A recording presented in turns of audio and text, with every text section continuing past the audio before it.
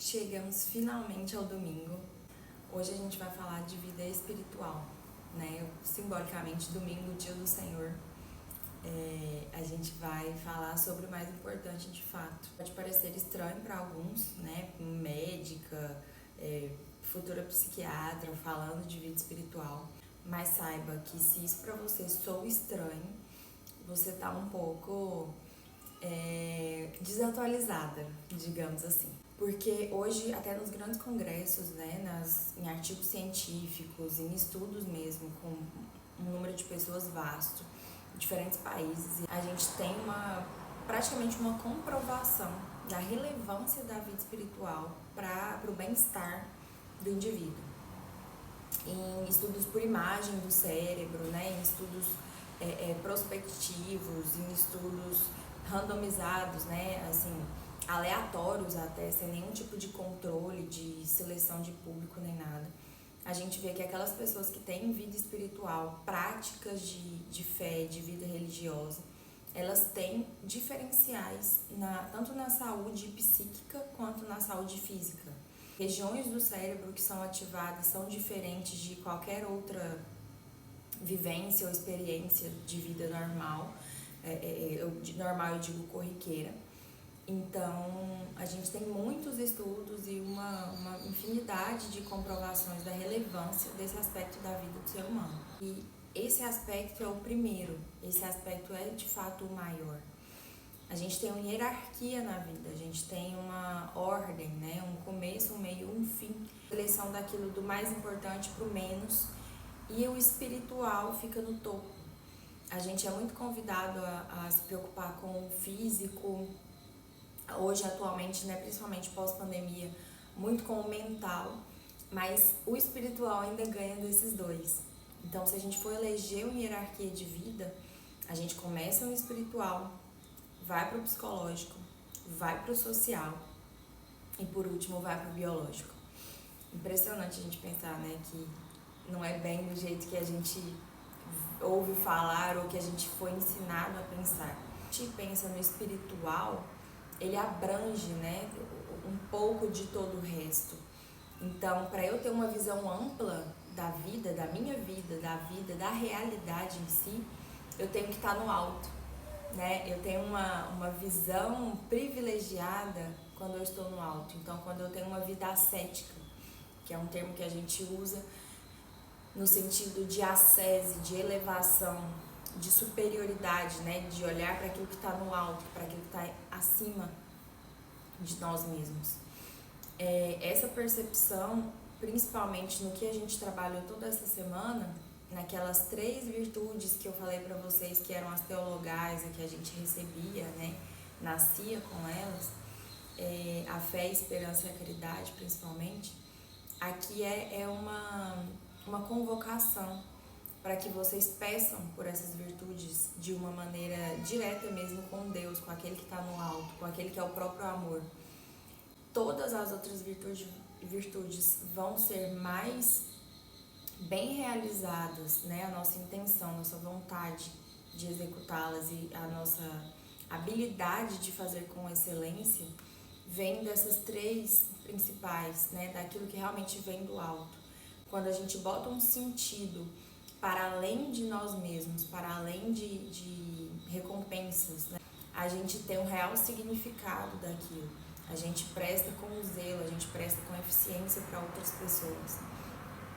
É de fato o amor e o sentido que sai, que extravasa de nós mesmos. O que eu quero deixar principalmente para vocês é que vocês considerem esse aspecto de vida o mais importante, que vocês priorizem isso. Um convite a práticas diárias, de momento mesmo com Deus, de raciocínio do real sentido das coisas, né? Daquilo que tem de fato significado. Pare e pensa que todos os âmbitos da nossa vida, eles caminham para um fim. Eu não posso considerar outra coisa um fim senão o próprio amor, né? Senão o próprio sentido da razão da existência humana. Se eu penso no meu corpo, né, no biológico, como um fim em si mesmo, por exemplo, quero ser saudável, quero ter uma vida saudável, e eu faço a minha vida inteira girar em razão da minha própria saúde, em razão de hábitos de vida saudáveis, tá tendo um descompasso. Por quê? Porque a saúde em si, ela é um meio, ela não é um fim em si mesmo. Então, eu quero estar saudável para algo. Ela é um caminho, ela não me dá um resultado, né? Ela não é o sentido em si. Então, eu quero ser saudável, eu quero cuidar do meu corpo, eu quero ter saúde para estar mais tempo com meu filho, para ter qualidade de vida nos momentos em família, para poder ajudar outras pessoas, para poder entregar o meu serviço a outras pessoas. Então, quando você vai reajustando os pontos da sua vida e entende qual que é aquilo que você quer chegar mesmo no fim, aquela sua intenção última, muito pouco, né, para não falar nenhuma vez talvez, vai ser em si mesmo.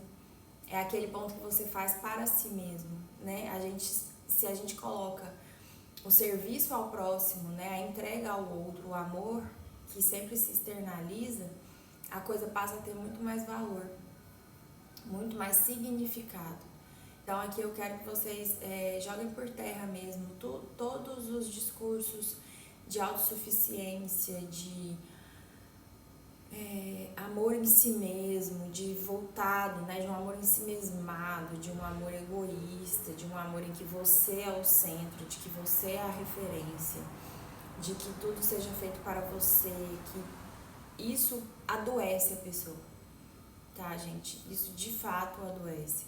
O seu olhar fica turvado, você passa a acreditar em coisas pequenas, porque se todo o tempo eu estou me curvando para amar a mim mesma, me dando atenção prioritariamente acima de qualquer coisa, percebo, o meu movimento é interno, o meu movimento é para dentro, o meu movimento é para baixo, principalmente. Eu não estou olhando para o alto, eu não estou olhando para a frente, eu não estou olhando para aquilo que está ao meu redor. Eu estou me ensimesmando, eu estou diminuindo. Aonde está, onde você está enxergando um sentido, um significado de vida? A minha vida profissional se vai, a minha saúde física se vai, o meu dinheiro na conta se vai, mas aquilo em que eu me apego, aquilo que eu tento corrigir a minha visão a todo momento, quando eu me vejo em comparação, quando eu me vejo em desvantagem, quando eu me vejo irada, quando eu me vejo orgulhosa, quando eu me vejo reclamando da minha própria existência, aquilo que tem real significado, aquilo que é amor, aquilo que é belo, aquilo que é bem, que traz todo o sentido, né? É aquilo que corrige a nossa visão. Então a gente vai tendo olhos que vão ficando turvados por tantas outras coisas, e o amor, ele corrige, ele limpa essa lente e ele direciona a gente de fato para o alto. E o amor em si é Deus. Então, gaste tempo, priorize isso no seu dia a dia, não faça isso só aos domingos, mas todos os dias. A prática de fé em si te convida para corrigir e para viver esse amor a todo momento, de forma integral, de forma prioritária. Não viva uma vida espiritual como se não houvesse um objetivo. As metas espirituais são para que a gente alcance algo lá na frente melhor. Então eu começo meu ano querendo ser mais amorosa, mais caridosa. E eu espero que no final do ano, com aquelas práticas, eu seja uma pessoa mais amorosa, mais caridosa. Não leve as coisas tão levianamente, mas de fato com um propósito. E esse é o maior propósito de todos. Encontre esse eixo primeiro, e todas as outras coisas vão fazer sentido e vão passar a ter sentido, se ainda não os tem. Eu vou ter a constância, a perseverança e o conhecimento para executar todas aquelas outras virtudes que a gente falou durante a semana. Entende? É a base.